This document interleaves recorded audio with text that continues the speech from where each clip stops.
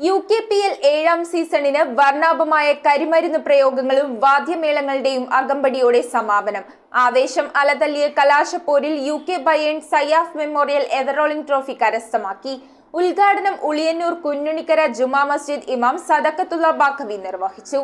മൂന്നാം തവണയാണ് UK Bayern Sayaf memorial ever rolling trophy സ്വന്തമാക്കുന്നത്. കലാശപ്പോരിൽ UK ബയേൺ മറുപടിയില്ലാത്ത 2 ഗോളുകൾക്ക് UK PSG തോൽപ്പിച്ചു. ഉളിയന്നൂർ കുഞ്ഞുണ്ണിക്കര ദ്വീപിലെ 200ഓളം ചെറുപ്പക്കാരെ 12 ടീമുകൾ IPL മാതൃകയിൽ ലേലം ചെയ്ത് 1 മാസക്കാലം മത്സരിച്ചാണ് സയാഫ് മെമ്മോറിയൽ എവറോളിംഗ് ട്രോഫിയുടെ അവകാശിയെ കണ്ടെത്തുന്നത്. ഇക്കാലത്ത് നഷ്ടപ്പെട്ടുകൊണ്ടിരിക്കുന്ന നാടിന്റെ ഐക്യവും സൗഹൃദവും കാൽപന്തിലൂടെ ഊട്ടിയുറപ്പിക്കുകയാണ് UKPL കൂട്ടായ്മ. കോർഡിനേറ്റർ നിയാസ് കപൂരിയുടെ അധ്യക്ഷതയിൽ ഉളിയന്നൂർ കുഞ്ഞുണ്ണിക്കര ജുമാ മസ്ജിദ് ഇമാം സദഖത്തുള്ള ബാഖവി ഉദ്ഘാടനം ചെയ്തു. ആരോഗ്യം നിലനിർത്താനും മറ്റ് ചീത്ത കൂട്ടുകെട്ടുകളിലേക്ക് വഴിതെറ്റിപ്പോകാതിരിക്കാനും ഇത്തരം കൂട്ടായ്മകൾ കൊണ്ട് സാധിക്കട്ടെ എന്ന് അദ്ദേഹം പറഞ്ഞു. Ward member Siyad, PA Shajahan, Yusuf Moopukandathil, Abdul Aziz എന്നിവർ ചേർന്ന് വിജയികൾക്ക് ട്രോഫികൾ കൈമാറി. CK ഷമീർ, ഹബീബ്, അൻസാരി, സജൽ, മിസ്ഹബ്, റിയാസ്, ജലീൽ, ബാബു, റഫീഖ്, സജിൻ, ആഷിഖ്, കുഞ്ഞു മുഹമ്മദ്, നൌഫൽ,